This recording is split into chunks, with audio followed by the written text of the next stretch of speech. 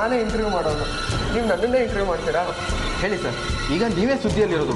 ಮುಖ್ಯಮಂತ್ರಿ ಅವ್ರ ಮೇಲೆ ಸವಾಲು ಹಾಕಿ ಈಗ ಅವರಿಂದನೇ ಪ್ರತಿ ಸವಾಲನ್ನು ಎದುರಿಸ್ತಾ ಇರೋರು. ಮುಂದೆ ಜಸ್ಟ್ ವೈಟ್ ಅಂಡ್ ಸಿ. ಅಲ್ಲ ಸರ್, ರಂಜಿತ್ ಕುಮಾರ್ ಗರ್ಲ್ಫ್ರೆಂಡ್ ಬಗ್ಗೆ ನಿಮ್ಗೆ ಗೊತ್ತಾ? ಅವರೇ ನಿಮಗೆ ಕತೆ ಹೇಳಿದ್ದ? ಇಲ್ಲ. ಮತ್ತೆ ಇದೆಲ್ಲ ನಿಮಗೆ ಹೇಗೆ ಗೊತ್ತಾಯಿತು? ಮುಂಚೆನೇ ನೀವು ಅವ್ರನ್ನ ಮೀಟ್ ಮಾಡಿದ್ರಾ? ಮೀಟ್ ಮಾಡ್ತೀನಿ. ಅಂದರೆ ಇದುವರೆಗೂ ನೀವು ಅವ್ರನ್ನ ನೋಡೇ ಅಲ್ವಾ? ಬರೀ ಬೇರೆಯವ್ರು ಹೇಳಿದ್ದೆ ಕೇಳ್ಕೊಂಡು ಮುಂದುವರಿತಾ ಇದ್ದೀರಾ? ಅಥವಾ ಈ ಥರ ಕತೆ ಇರಬಹುದು ಅನ್ನೋದು ನಿಮ್ಮ ಕಲ್ಪನೆನಾ?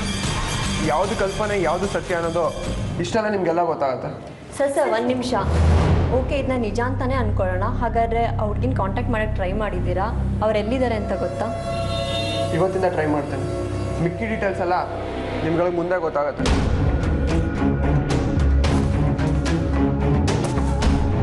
ಹೋಗ್ಲಿ, ಅವ್ರು ಎಲ್ಲಿದ್ದಾರೆ ಅಂತನಾದರೂ ಹೇಳಿ. ಬೆಂಗಳೂರಲ್ಲಿ ಇದ್ದಾರಾ ಅಥವಾ ಬೇರೆ ಕಡೆ ಇದ್ದಾರಾ? ನಿಮ್ಮೆಲ್ಲ ಪ್ರಶ್ನೆಗೂ ನಂದು ಒಂದೇ ಉತ್ತರ, just weight and C. Please ನನಗೆ ನನ್ನ ಕೆಲಸ ಮಾಡೋಕ್ಕೆ ಬಿಟ್ಕೊಡಿ. ಓಕೆ, ಕಡೆಯ ಪ್ರಶ್ನೆ ಸರ್. ಈಗ CM ಸೀಟನ್ನೇ ಅಲ್ಲಾಡಿಸೋ ಕೆಲಸ ಕೈ ಹಾಕಿದಿರಲ್ಲ, ಇದರಿಂದ ಯಾರದಾದ್ರೂ ಜೀವಕ್ಕೆ ತೊಂದರೆ ಆದರೆ? ಖಂಡಿತ ಆಗಲ್ಲ ಸರ್. ನಮ್ಮ ಚೀಫ್ ಮಿನಿಸ್ಟರ್ ಆ ಮಟ್ಟಕ್ಕೆಲ್ಲ ಇಳಿಯಲ್ಲ. ನನಗೆ ಅವ್ರ ಕಡೆಯಿಂದ ಯಾವ ತೊಂದರೆನೂ ಆಗಲ್ಲ ಅಂತ ಅವರೇ ಹೇಳಿಕೆ ಕೊಟ್ಟಿದ್ದಾರಲ್ಲ. ಅಷ್ಟಕ್ಕೂ ನಾನು ಹಠಕ್ಕೆ ಬಿದ್ದಿರೋದು ಸತ್ಯಕ್ಕೋಸ್ಕರ, ನ್ಯಾಯಕ್ಕೋಸ್ಕರ, ಒಂದು ಹುಡುಗಿ ಜೀವನಕ್ಕೋಸ್ಕರ. ಈ ಪ್ರಯತ್ನದಲ್ಲಿ ನಂಗೆ ಏನಾದರೂ ತೊಂದರೆ ಆಗುತ್ತೆ ಅಂದರೆ ಆಗಲಿ ಬಿಡಿ. Thank you. ನೋಡಿದ್ರಲ್ಲ ವೀಕ್ಷಕರೇ, ಸತ್ಯ ನ್ಯಾಯಕ್ಕೋಸ್ಕರ ಅದೇನು ಬೇಕಾದರೂ ತೊಂದರೆ ಆಗಲಿ ಅಂತ ಅಭಯ್ ಶೇಖರ್ ಅವರು ಹೊರಟಿದ್ದಾರೆ.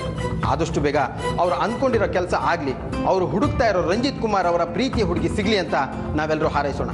ಕ್ಯಾಮ್ರಾಮ್ಯಾನ್ ಪ್ರಸನ್ನ ಜೊತೆ ಮನುಕುಮಾರ್, ಬೆಂಗಳೂರು.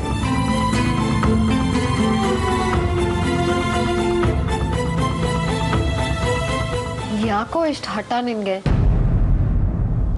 ನನ್ನ ದೂರ ಮಾಡ್ಕೊಳ್ಳೋ ಹಠ.